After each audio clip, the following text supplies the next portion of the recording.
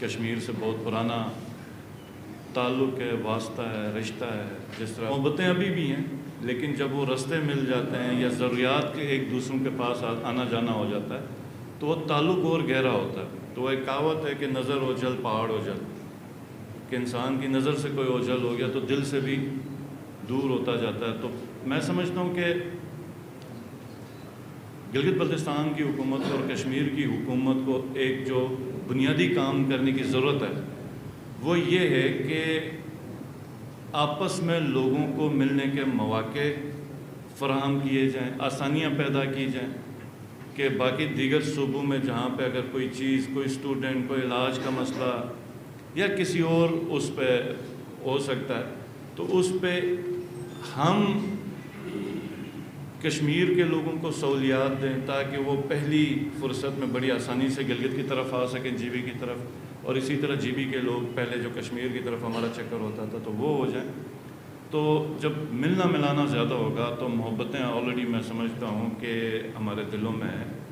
اور دیوان صاحب نے بالکل بجا فرمایا کہ جب یہ روڈ ملے گا شونٹر ٹنل والا تو ایک تو پوری اکانومی میں کشمیر کی اس میں بے انتہا ایک اثر پڑے گا اور بہت زیادہ ڈیولپمنٹ ہوگی، اور اس کے ساتھ ساتھ دونوں علاقے کے لوگ آپس میں ملیں گے. اور میں سمجھتا ہوں یہ مسئلہ کشمیر کے لیے بھی بہت اہم بات ہوگی. اور میرا ماننا یہ ہے کہ جب تک گلگت بلتستان کے لوگ اور کشمیر کے لوگ مل کے سٹرگل نہ کریں، مل کے جدوجہد نہ کریں، ہم شاید جو ہمارے کشمیری بھائی ہیں ان کی آواز پہ ان کی مدد اس طرح نہ کر سکیں جس طرح ہمارا حق اور فرض ہے. اور میں سمجھتا ہوں اگر ہم اکٹھے ہو گئے تو کشمیر کی آزادی کوئی دور نہیں، کوئی بڑی بات نہیں.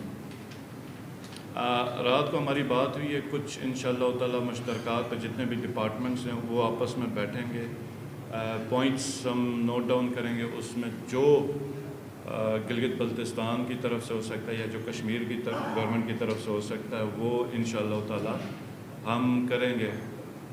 پاکستان تحریک انصاف کی حکومت ہے دونوں طرف، تو میں سمجھتا ہوں یہ بھی ہمیں اس موقع سے فائدہ اٹھانا چاہیے. قوم بنائیں. پچھلے 15-20 سالوں میں جو میں سیاسی منظرنامہ دیکھتا رہا ہوں کہ ایک پارٹی کی حکومت ہوتی تھی پنجاب میں، ایک پارٹی کی حکومت ہوتی تھی کے پی میں، ایک پارٹی کی حکومت ہوتی تھی سندھ میں بھی شہری علاقوں میں کسی اور پارٹی کی ہوتی. تو یہ پہلی پارٹی ہے خان صاحب کا جو بڑا کریڈٹ ہے وہ یہ ہے کہ کراچی میں ایم کیو ایم کو رہا ہے، سندھ کے اندر سندھ کو پیپلز پارٹی کو چیلنج کر رہا ہے، پنجاب کے اندر پی ایم ایل این کو رہا ہے، کے پی کے اندر جے یو آئی اور اے این پی کو رہا ہے. تو جو بکھرے ہوئے جو لوگ ہیں وہ قوم بنتے جا رہے ہیں.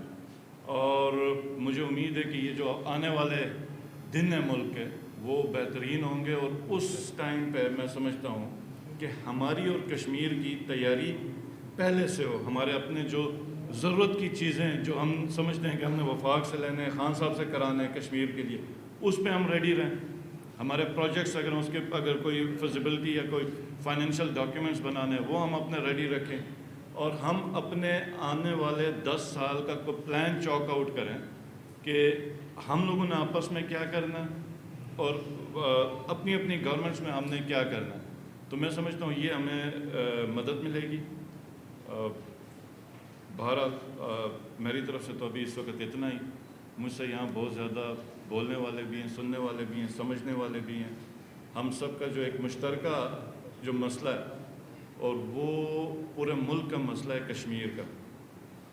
آج سے پہلے بھی بہت بڑے بڑے نام آئے، بڑی شخصیات آئیں، بات کی.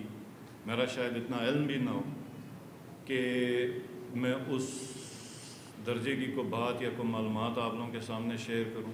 لیکن ایک چیز ہے کہ اگر دل میں جذبہ ہو اور آنیسٹی ہو اور ہم عملی پریکٹیکل چیزوں کی طرف نکل پڑیں تو میں سمجھتا ہوں کہ وہ دن دور نہیں کہ ہم آزاد کشمیر اور جی بی کے لوگ مل کے کشمیر کو آزاد کرا سکیں.